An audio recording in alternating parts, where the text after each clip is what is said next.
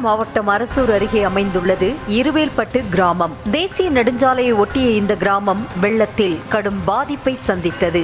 வீடுகள் முழுக்க தண்ணீர் ஆக்கிரமித்து உடைமைகள் அழிந்து போன நிலையில் அரசு தரப்பில் யாருமே வந்து எட்டி பார்க்கவே இல்லை என கூறி மக்கள் மறியலில் ஈடுபட்டனர்.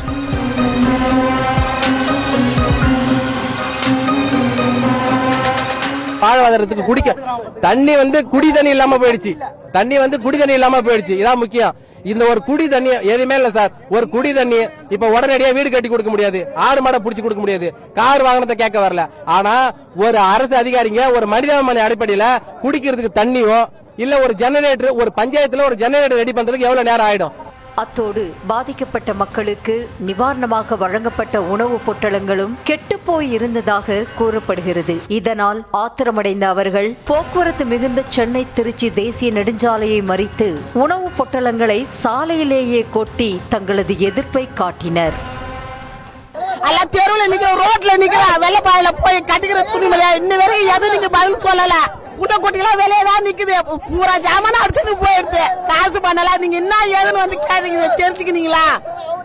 நாங்க எல்லாம் ரோட்ல தான் நிக்கிறோம். நாங்க நைட்ல இருந்து வெள்ளம் பாதித்து யாருமே வந்து பார்க்காத சூழலில் சாப்பாடு மற்றும் தண்ணீர் இல்லாமல் கஷ்டப்பட்டோம் என ஆதங்கத்தை கொட்டிய மக்கள் போக்குவரத்தை சரி செய்ய அதிகாரிகள் காட்டும் அக்கறை தங்கள் மீது மட்டும் இல்லை என கண்ணீர் வடித்தனர்.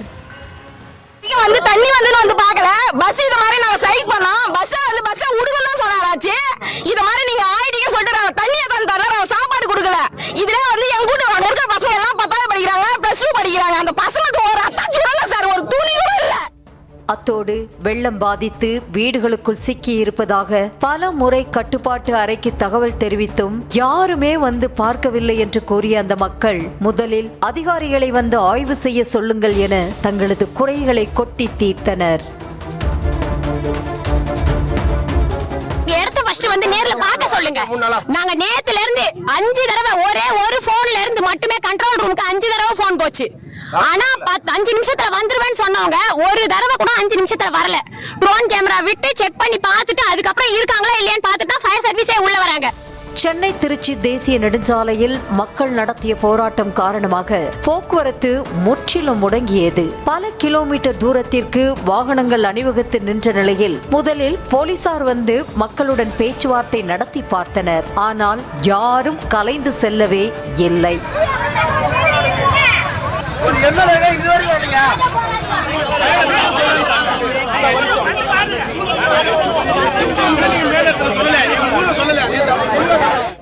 இதனை அடுத்து உளுந்தூர்பேட்டை தொகுதி திமுக எம்எல்ஏ மணிகண்ணன் சம்பவ இடத்திற்கு வந்து மக்களுடன் பேச்சுவார்த்தை நடத்தி பார்த்தார். ஆனாலும் இருவேல்பட்டு கிராம மக்கள் அந்த இடத்தை விட்டு நகராத நிலையில் இருக்க நிலைமை மோசமாகி கடைசியில் அமைச்சர் பொன்முடியை அழைக்க வேண்டிய சூழல் ஏற்பட்டது. அமைச்சர் பொன்முடி, அவரது மகனும் முன்னாள் எம்பியுமான கௌதம சிகாமணி, ஆட்சியர் SP தீபக் என எல்லாரும் போராட்டம் நடத்திய கிராம மக்களிடம் பேச்சுவார்த்தை நடத்தி கொண்டிருந்தனர். அப்போது பொன்முடியை நோக்கி சேறு வீசப்பட்டதால் அங்கு பரபரப்பு ஏற்பட்டது. இதனால் பொன்முடிக்கு முகமே சுருங்கி போனது.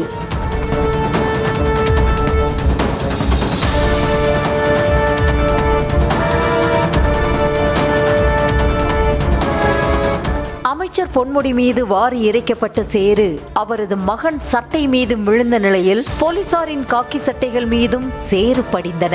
இதனை அடுத்து அங்கு பரபரப்பான சூழல் நிலவிய நிலையில் உடனடியாக பாதுகாப்பு அரணாக மாறிய போலீசார் அமைச்சர் பொன்முடியை பத்திரமாக காரில் ஏற்றினர். ஆனாலும் கூட சிலர் காரில் அமர்ந்திருந்த பொன்முடியிடம் வந்து வாக்குவாதத்தில் ஈடுபட்டனர். அப்போது எதுவுமே பேசாமல் மௌனமாக அமர்ந்திருந்தார் அமைச்சர் பொன்முடி.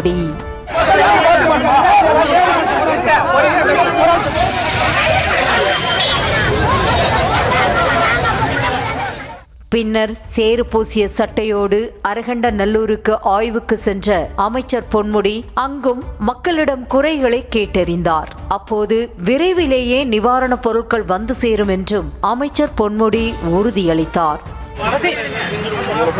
சீக்கிரம் பாருங்க, நேற்று முதலமைச்சர் பார்க்கறதுனால இந்த ரோட்லாம் போறதுக்கு தண்ணி வண்டி ஏற்பாடு பண்ணிட்டு எல்லாம் உங்களுக்கு பண்ணிடுவோம். கிராம மக்களுக்கு தேவையான அனைத்து உதவிகளும் செய்து கொடுக்கப்படும் என உறுதியளித்ததை அடுத்து போராட்டத்தை முடித்துக் கொண்டு கலைந்து சென்றனர். சுமார் 2 மணி நேரத்திற்கு பிறகு சென்னை திருச்சி நெடுஞ்சாலையில் போக்குவரத்தும் சீரானது.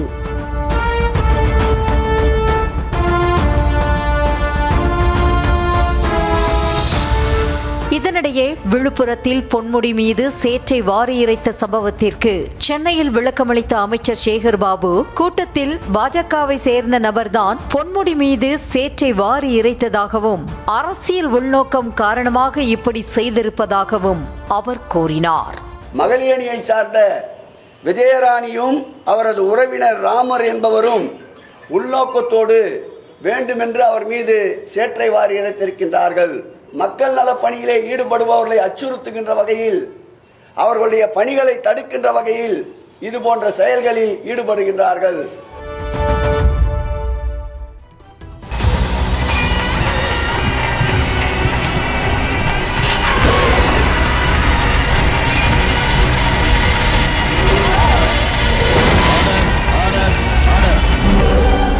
குற்றங்களின் மறுபரிமாணம் நிகழ்தகவு நமது நியூஸ் தமிழ் தொலைக்காட்சியில் விரைவில்.